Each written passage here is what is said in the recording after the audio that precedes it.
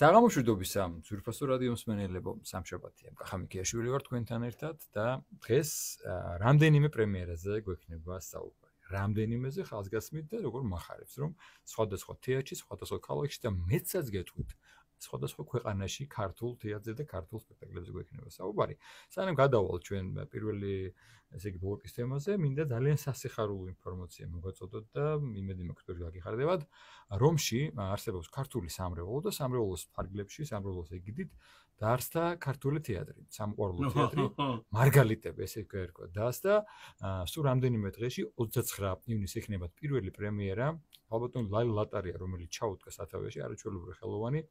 საერთოდ ორმაგად დასაფასებელია, რომ ის ხალხი, რომლებიც აი მართლა წარმოუდგენელი შრომის ფასად იღწვიან, რომ ლუკმაპური იშოვონ და გამონახავენ ხოლმე დროს, ხანდახან 1 საათს, კვირაში ან 2 საათს და აი ხსავხურებენ ამ საქმეს და მე მინდა მოთოს, რომ დიდი წარმატება და ჯერე რომ ძალიან წარმატებულ პრემიერს ითამაშებენ და ეს იქნება დასაწყისი მათ მიერ შემოთავაზებული არაერთი სპექტაკლისა და ჩვენ აქვე გეტყვით წინასწარ რომ აუცილებლად ამ სპექტაკლს მივუძღვით ცალკე გადაცემას და ამ თეატრს. ახლა გადავიდეთ. შეიძლება მე ჩავერ. ბატონი გოჩა კაბანაძეა ჩვენთან და სანამ მოვყვებით რატოა ბატონი გოჩა მას რომ მოусმინო ამ თემაზე. მოხარული ვარ და რაც ახლა გაიგო ეს ინფორმაცია და ეს არის წინვალე დასაწყისი და ვფიქრობ რომ ძალიან ბევრი სათვისტომო დავარქვათ ამას, დავარქვათ ჩვენი თანამემამულეები, რომლებიც არიან უცხოეთში, მათთვის ეს არის ძალიან საჭირო. ჩვენ რამოდენიმე ხნის წინ დავბრუნდით ქუთაისის სპექტაკლი იყო კაპიტან მაია პაქსაშვილის პროდიუსინგით განხორციელებული იავნანამ რაქნა იტალიაში, ფლორენციაში ვითამაშეთ სპექტაკლი და ვფიქრობ, რომ ეს ძალიან საჭიროა, მივესალმები ესეთ ბევრ თეატრის გახსნაზე, რაც უფრო ბევრი ქართული საქმე გაკეთდება და ჩვენ რაც შეგვეძლება, აქედანაც უნდა დავეხმაროთ, იმიტომ რომ ჩვენ ძალიან კარგად ვქიქახა, ყოველწუთიერად ისინი ძალიან სხვა თემებში არიან დაკავებულები და უცებ იცლიან ამისთვის, სურვილი აქვთ ამის და ყველაზე მთავარი კიდე ის თაობა, რომელიც მოდის ქართველი თაობა, პატარები, მათ აქაც სწავლობენ ქართულ ენას და ჭირდებათ ეს და უსურვებს წარმატებას, დარწმუნებული ვარ, კარგი პრემიერები ექნება და ბევრი წარმატება და ბევრი ქართული თეატრი უცხოეთში. ბატონო, ნამდვილად ახლა კი გადავიდეთ იმაზე, რის გამოც ბატონი გოჩა ჩვენი სტუმარი, რეჟისორი, მსახიობი. სულ რამდენიმე დღის წინ შედგა პრემიერა რუსთაველის თეატრში. ბატონი გოჩა გახლავთ რეჟისორი, განხორციელდა პრემიერა მილიონერი ნაპოლი. და ესე იგი 6-7-11 ივნისი იყო საპრემიერო ჩვენებები, მაგრამ ეს პერიოდი ისევ საპრემიერო ესე გვაქვს თეატრში და მსახიობებს, რომ რამდენიმე დღე მერე კიდევ საპრემიერო განწყობით ვარ და სპექტაკლი ღვინდება, მსახიობები კიდე ირგებენ როლებს, როგორც ხდება ჩვენ. ამბავია მე პირველ რიგში მოგილოცოთ ბატონო გოჩა. თქვენ მთელს დას წინვალე თანავარსკვლავებს ჩვენ ვიწყებთ მათზე ვისაუბრებთ, ერთ-ერთი მათგანი ჩაგვერთვება ცხადია, ალბათონი ნანა ფაჩუაშვილი და როგორ ჩაიარა პირველ რიგში და რატომ ეს სპექტაკლი. სანამ ამას დავიწყებთ, მე გადავამოწმოთ თქვენთან. ბატონ რობერტ ტურვოს უთქვამს, რომ მეო თავის დროზე რეჟისორი მომინდა, იმიტომ რომ ესე იგი ნახე ფილმია, ხო და გადავწყვიტეო, რომ მინდა რეჟისორი ვასია. კი, ახლა როცა ნახა მას, როგორც სამხატვრო ხელმძღვანელს და დირექტორს ჩავაბარა სპექტაკლი, ამოვიდა ბატონი რობერტი, ნახა, მე მითხრა, რომ მოდი დავსხდეთ, დავჯექით და მითხრა, რომ მეო, ეს არის ესე მითხრა, ზუსტად სიტყვას იყვილ, ხა ეს არის ყველაზე რთული პიესაო, რომელიც კი მე ოდესმე მაქვს საკითხი. ყველაზე რთული პიესაა და მე მართლა გამიკვირდა შექსპირისა და ასე და მე ვუთხარ შექსპირზე უფრო რთულია, იმიტომ რომ ტიპაჟები აქვს და ისეთი მოდი ასე ვთქვათ, სიფრთხეზე უნდა განლაგდეს ეს ყველაფერი, არ იყოს ყალბიო, არ იყოს ამ დროს ძალიან ქართული და ამ დროს იყოს ძალიან თანამედროვეც. ამიტომ ეს მონაცვლეობა არის ძალიან იყო ეს რთულეები? იმიტომ რომ იცი როგორ არის 70 წლის წინანდელი პიესა და აქცენტები იყო სხვანაირად დასასმელი, სხვა მესიჯები იყო და აგრეთვე თქვა რომ მე როცა ვნახეო პირველად ფილმიო, ეს არის დე ფილიპო თვითონ თამაშობს, ტოტო თამაშობს ეპიზოდში. ტოტო თამაშობს სიკვდილს. სიკვდილისთვის მოდის და მოდი ვითამაშებ ეუბნება, იმიტომ რომ ეს როცა კონტრაბანდისტის ამბავია სიუჟეტურად. ამ დონეზე ნეორეალიზმი უკვე ახლა იწყება იტალიაში და თქვა რომ მე როცა ვნახე ვთქვი რომ აი ახლა მინდაო რეჟისორობა, ხო კინორეჟისორობა. როცა წავიკითხე რობერტ სურემძანა, როცა წავიკითხე პიესო, მივხვდი რომ ძალიან რთული პიესაა და მე აი ესე მოვხვდიო თეატრშიო ამ რაღაც ჯოჯოხეთშიო, ზუსტად ესე თქვა და ვეღარც დავანებეთავიო. ამიტომ მან ძალიან კარგად იცის ამ პიესის ავანჩავანი. როგორ ჩაიბარა? როგორ ჩაიბარა მაყურებელმა? იცი როგორ არის სამხატვრო ხელმძღვანელის ჩაბარება სხვა არის, იმიტომ რომ ის კითხულობს და იმდენ ვარიაციაზე, იმდენ ვარიანტს უშვებს ალბათ მისი ტვინი, რომ ეს თალკე გამოკვლევის თემა. რამდენიმე შენიშვნა ქონდა ტექნიკური განსაკუთრებით. ერთ თემაზე, მითხრა მუსიკალურ თემაზე, რომ ესო ჯერო პირველი ნაწილია იტალია, ფაშიზმის პერიოდი, მუსოლინის პერიოდი, მე უკვე ამერიკანიზაცია ეწება და იქო ის ამერიკული მუსიკა ადრიაო ჯერო. მე აქ ცოტა ვიკამათეთ, მაგრამ არა, დავთანხმდით, იმიტომ რომ სორი იყო. თუმცა ის მოტივი მომწონდა და გადმოვისროლე მეორე მოქმედებაში. და ესეთი დეტალებზე იყო საუბარი, დავშალ მაგალითად რამოდენიმე ჩემოდანი რაღაც ესეთი ტექნიკური ძალიან კარგად მიიღო. თქვა რომ ყველანაირი მაყურებელი შეხედავს ამას, იმიტომ რომ ბევრ საკუთარს და ბევრს დღევანდელობას და გახედებს არქეში. კიო, დაინახავსო და ძალიან კმაყოფილი წავიდა. მაყურებელმა რა? მაყურებელს ფიქრობ რომ მართლაც იგივე რეაქციები ჰქონდა და ზუსტად იქ ჰქონდა რეაქციები, სადაც რასაც თავშად რეპეტიციის დროს აქცენტებს აკეთებდა, მსახიობს უხსნი რომ აი ჯობია ცოტა ეს ამოიწიოს, ამონათდეს, არა მარტო მოქმედების დროს, არამედ სუფთა მესიჯის სათქმელის მხრივ. ამიტომ ზუსტად იქ იყო ის რეაქციები, რომელსაც ველოდი, იმიტომ რომ ეს პიესა კარგად ვიცი. ეს უნდა მეთქვა ახლა ბოდიშურს ბატონო გოჩი გაწყვეტინებთ ეს პიესა არაერთხელ დადგმულა საქართველოში და მათ შორის ერთი ყველა მიცის განსაკუთრებით უბრალოდ მარჯანიშვილში და რამდენიმე თავად თქვენ ამ შემთხვევაში რუსთავისტიეთში განახორციელეთ. აი როცა უბრუნდები მეორე პიესას რომელიც დადგმულობს. მე ვიცი რომ ეს აბსოლუტურად სხვა სპექტაკლია. აბსოლუტურად. რო უყურებ მე მგონი შენ ფიქრობდი რომ მე მგონი სხვა გადავიზა ხო? დარწმუნებული იცი როგორ იყო თავიდან მინდოდა რომ მე თქვი გავძვრები მძველი ნახაზი. არა მუსიკაც მინდოდა იგივე ყოფილიყო, მაგრამ მე ვუთხარი ჩემ თავს რომ არა ეს არ გააკეთო, იმიტომ რომ ამის არ იყო რთული. არ გახსენდებოდა პარალელები. როგორ იყო დავივიწყე ეს, იმიტომ რომ ჯერსეთი სხვა მსახიობები მყავდა, სხვა გარემო იყო, სხვა დრო. როცა სცენოგრაფია სხვა იყო, რა თქმა უნდა, იქაც ბატონი ლონგული იყო და აქაც ბატონი ლონგული მურუსიძის სცენოგრაფია, მხატვარი აქ იყო ქეთი ციციშვილი კოსტუმებზე და ფიქრობ ძალიან საინტერესო ნამუშევარი გამოვიდა და იცი როგორ არის მუსიკაზე ძალიან დიდხანს ვიჭიდავეთ, ვეძებდით ძალიან დიდხანს და ვფიქრობ რომ საინტერესო მუსიკალურ გადაწყვეტას მივაგენით და ამიტომ ბევრი საინტერესო აბსოლუტურად სხვა. იცი როგორ გამოვიდა ხა? აი ეს არის დაახლოებით ფარსისა და ფსიქოლოგიური თეატრის თანაფარდობა ნაზავი.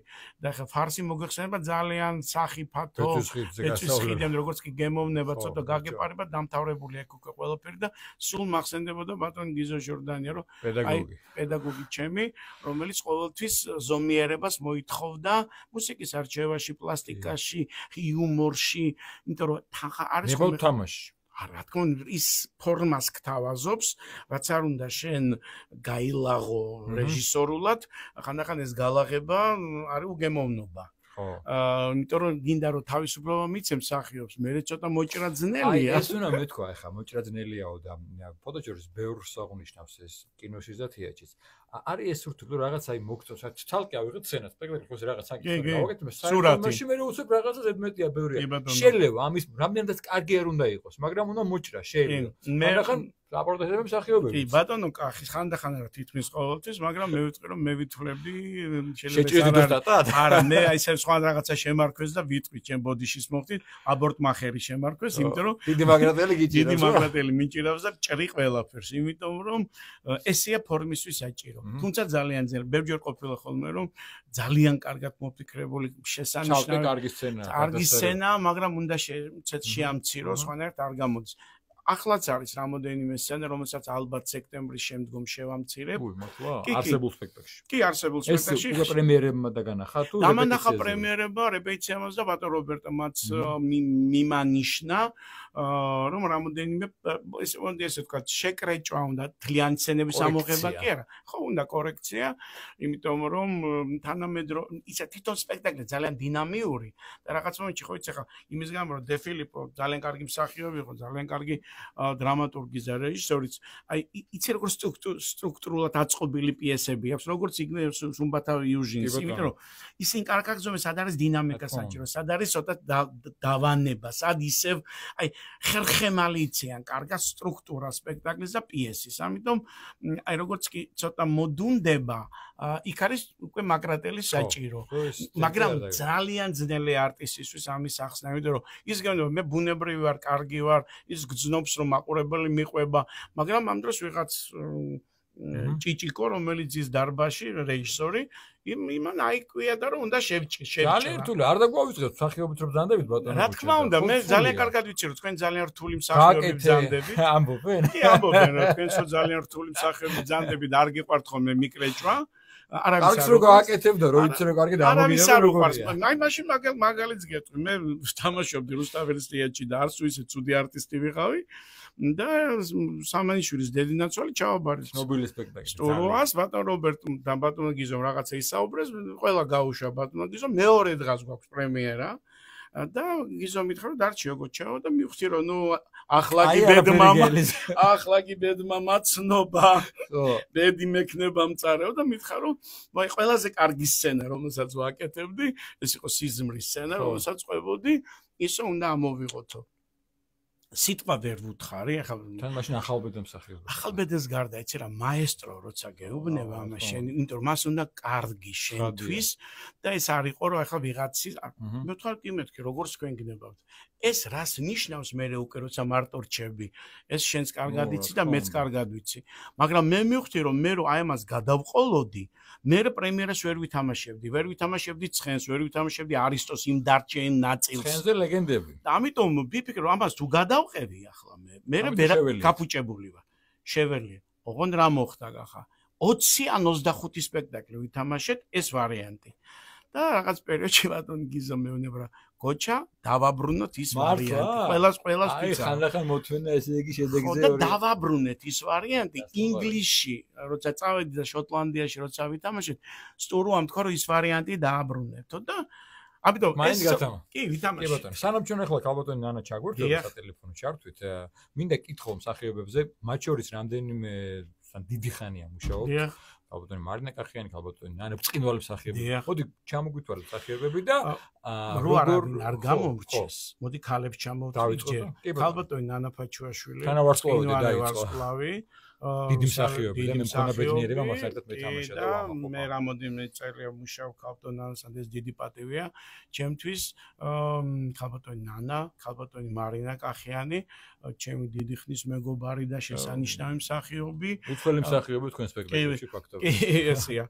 ეკა მინდიაშვილი, ძალიან კარგი მსახიობი, არსენიშვილი ნინო თარხანმოურავი, თეთისვანიძე, კაცები, თენგიზ გიორგაძე, ბატონი დავით უფლისაშვილი, ირაკლი მაჭარაშვილი, კახა კუპატაძე და სანდრო მიკუჩაძე. კი ბატონო. ეხლა ყავს ხაზზე ერთ-ერთი, ვისაც დავიწყებ. ქალბატონი ნანა ფაჩუაშვილი, ბრწყინვალე შესანიშნავი ქალბატონი ნანა, საღამო მშვიდობისა, მადლობა რომ გვერდთვებით და გილოცავთ პრემიერას. როგორ ბრძანდებით პირველ რიგში? ყოველთვის მახარებს თქვენთან საუბარი, თქვენთან სტუმრობა, ჩვენს ეთერში თამაშის ბედნიერება ცოტა ხანი აღარ მაქვს და იმედია განვაგდობთ სასცენო პარტნიორობას, მაგრამ მახარებს ერთი რამ, რომ კიდევ ერთი პრემიერა შედგა, სადაც ქალბატონი ნანა დარწმუნებული ვარ ბრწყინავს. როგორ ჩაიარა პრემიერამ და გითხარით ამ როლზე, ახალ როლზე და ამ სპექტაკლზე. გოჩას ესმის, ამიტომ ისე ელაპარაკე, რომ მაინც რაღაცა. არა, მოგესალმებით და ნამდვილად სიამოვნებს ახლა ამ სპექტაკლზე. შემიძლია ორიოდე სიტყვა გითხრათ, თუ მეტი არა. იყოს მეტი. ხო, კი ბატონო. ნამდვილად ისეთი სასიამოვნო მუშაობა ჩატარდა და როდესაც რეჟისორი ფლობს, კარგად ფლობს მასალას და მომზადებული მოდის, ეს რაღაც მსახიობისათვის ძალიან კარგი რამ არის, იმიტომ რომ უფრო მეტი წამს გჯერა და როდესაც მონდომებული არის სწორი რომ მე ვერ გამოვარჩევდი perfect პერსონაჟს რომ იქ არიდოს აი გოჩას ძალიან დიდი სიყვარული იგივე იმ მსახიობის თუ იმ პერსონაჟის მიმართ და ამიტომ დიდი მადლობა მას ამისათვის მე ყველა სახელით შემიძლია ვთქვა იმიტომ რომ არ არის არ დაკლებია აი ეს დამოკიდებულება ალბათ იმიტომ რომ თავად გოჩა ნიჭიერი მსახიობია და ამიტომ იცის რას ნიშნავს მსახიობთან მუშაობა იცის ზოგჯერ იცოდა ხმა მაღალი საუბარი და აჰა ესეთი ვიცი იყო არა ეს არის იცი მე პირადად არ მიყვარს რესურს რომელიც ნახევრად აი ესეთ ტონალობა უნდა და სიმძაფრე უნდა მივიღოთ რეჟისორ გადამდები უნდა იყოს ხომად აუცილებლად მე გაფრთხილებს მისი აი შეძახილი ეგ ცუდია ეხლა რომ ვამბობ თორემ მე ეს უყურებზე გადავა არა ხო თავი ნამდვილად ასია იმიტომ რომ მე პირადად არ მიყვარს მოდუნებული რეჟისორი პერსონაჟი მე მიყვარს მოქმედება და როდესაც პლუს კიდევ ძალიან ნიჭიერად იცოდა ხოლმე ამის ჩვენება და ზოგჯერ არ გამოდიოდა ზოგჯერ გამოდიოდა მოკლედ მე პირადად დიდად ნასიამოვნები ვარ ნამდვილად ეხლა ჭიქა რომ მეჭიროს ხელში ადრინდელოს დარდე ვიტყოდი კარგ რაღაცებს იმიტომ რომ მაგის დროც იქნება სიყვარულია ჩადებული ეს არის მთავარი ხო მარტო ჩემს მიმართ ჩემი როლი ნამდვილად მან რაც შეეძლო გამდიდრა და ასევე სხვა როლებიც იცით მე ვერ გამოვყოფ ვერავის აი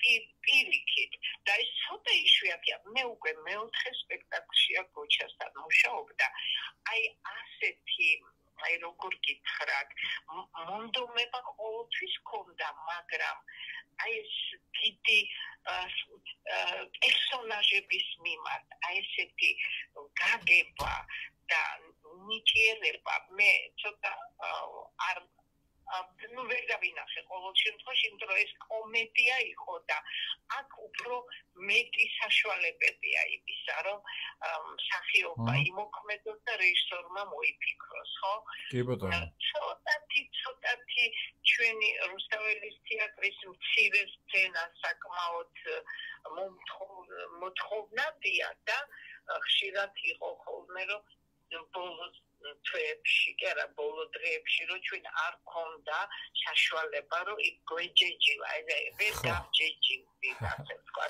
მაგრამ ეს გულისხმობთ რეპეტი მაგრამ ეხლა სპექტაკლებით გაჯეჯილდებ აი იცით რა ჯობდა რომ მე მანამდე ყოფილი გაჯეჯილება ეს კარგად მოგეხსენება შენ როგორც მსახიობ მაგრამ ალბათ სექტემბერში ასეთ იქნება თუ რამე ისეთი ნაკლი აქ ამ სპექტაკლს და ალბათ რა შენიშვნები უფრო სწორედ ეს ყველაფერი გასწორდება და მე ვფიქრობ რომ ჩემთვის პირადად ძალიან სასიამოვნო კი არა ძალიან კარგი ლუკმა იყო ეს როლი ეს არის მთავარი უღრმესი მადლობა ქალბატონო ნანა დიდი მადლობა და გისურვებ წარმატებებს ამ როლში და კიდევ ბევრი როლი გელოდეთ მადლობა ქალბატონი ნანა ფაჩუაშვილი გვერდებოდა თქვა ესე იგი ქალბატონო ნანამ რომ ესე იგი ჭიქა რომ კონდესო თქვენ თუ უპასუხეთ რომ იქნებაო და რამდენიმე დღეში ქუთაისში მიდიხარ და ქუთაისის მაყურებელი ვინც ერთხელ მაინც ყოფილა იცის რა ფანტასტიკური მაყურებელია და ჯერტაში და მე უჭიკოთ ვინ გამოგიხართ მოდი გითხარით ამაზე უკვე მანამდე მე მგონი თარხან მოურავი გამოვჭა ნინო და თავს თავი მოგვიჭრება აბა რა იქნება ჩემი ჯგუფი ჩემი მეგობარი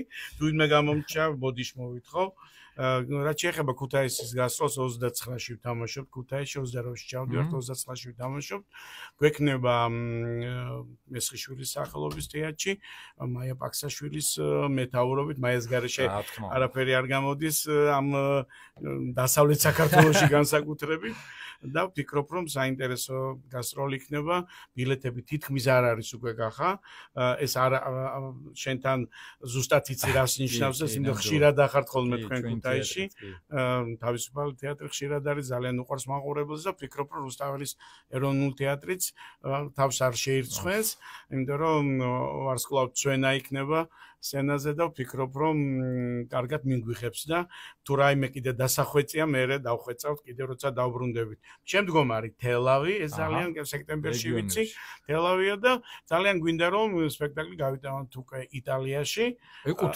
ეკუთვნის იმიტომ რომ ეკუთვნის დე ფილიპოს და რაღაც პერიოდში დაიწყება მოლაპარაკება დე ფილიპოს სახელობის თეატრი არის და უკვე მესურვებთან დაიწყება საუბარი მანამდე ვისარგებლებ შემთხვევით 5-ში და 6 ივლის მაქვს მარჯანიშვილის თეატრში ჩემი ჰამლეტი შანხაიში დადგმული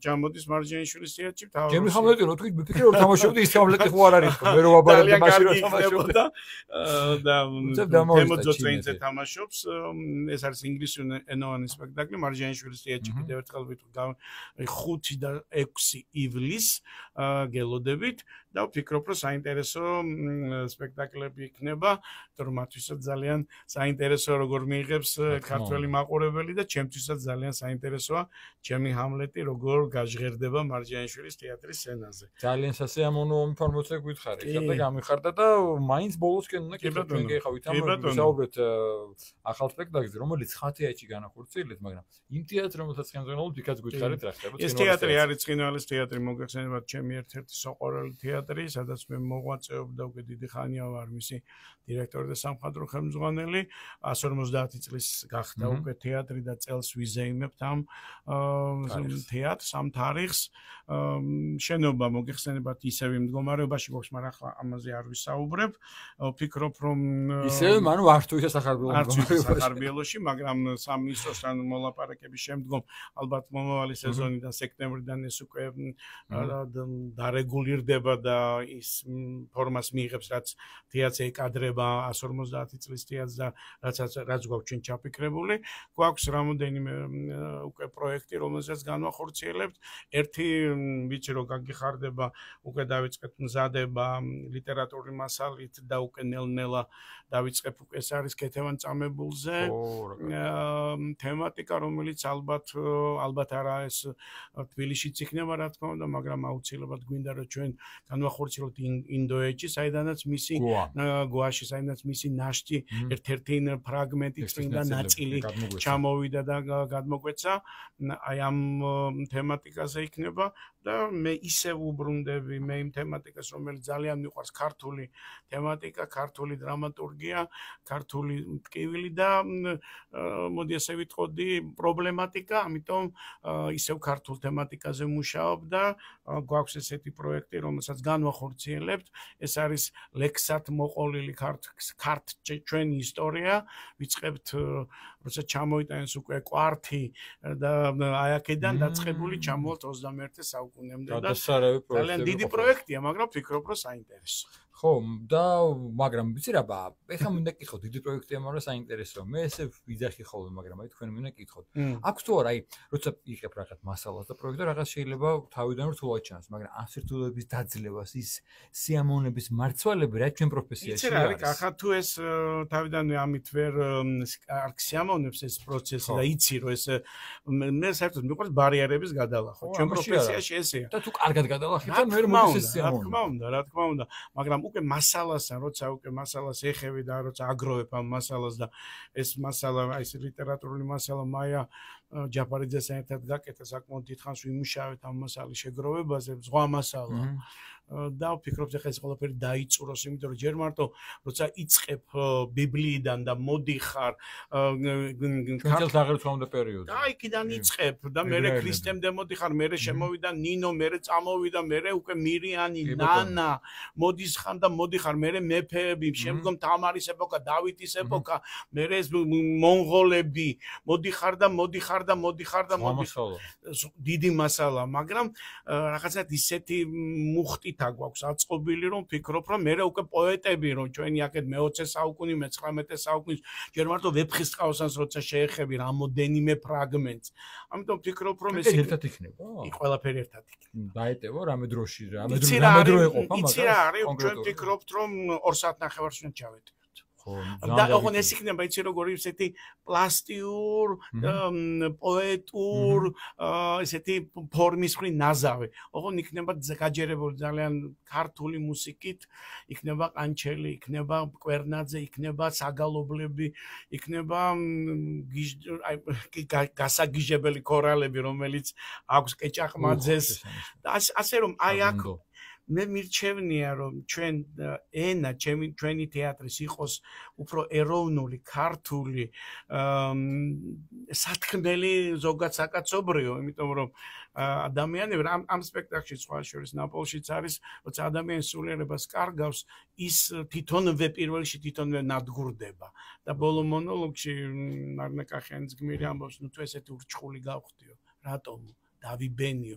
ყველა ხო ესე ცხოვრობდა, როგორც მე ვცხოვრობ, მაგრამ თურმე არა, ღმერთს დავშორდიო, ოჯახს დავშორდიო, სულიერებას დავშორდიო.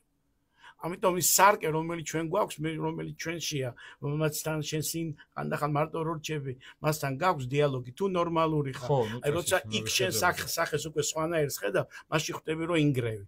ამიტომ ეს გაუცხოება, ეს სიცივე, რომელიც ახლა საზოგადოებაში არის, აი ამისკენ მოbrunება მინდა, რომ თეატრმა თავის ენა უნდა თქვას, თავის სათქმელი უნდა თქვას.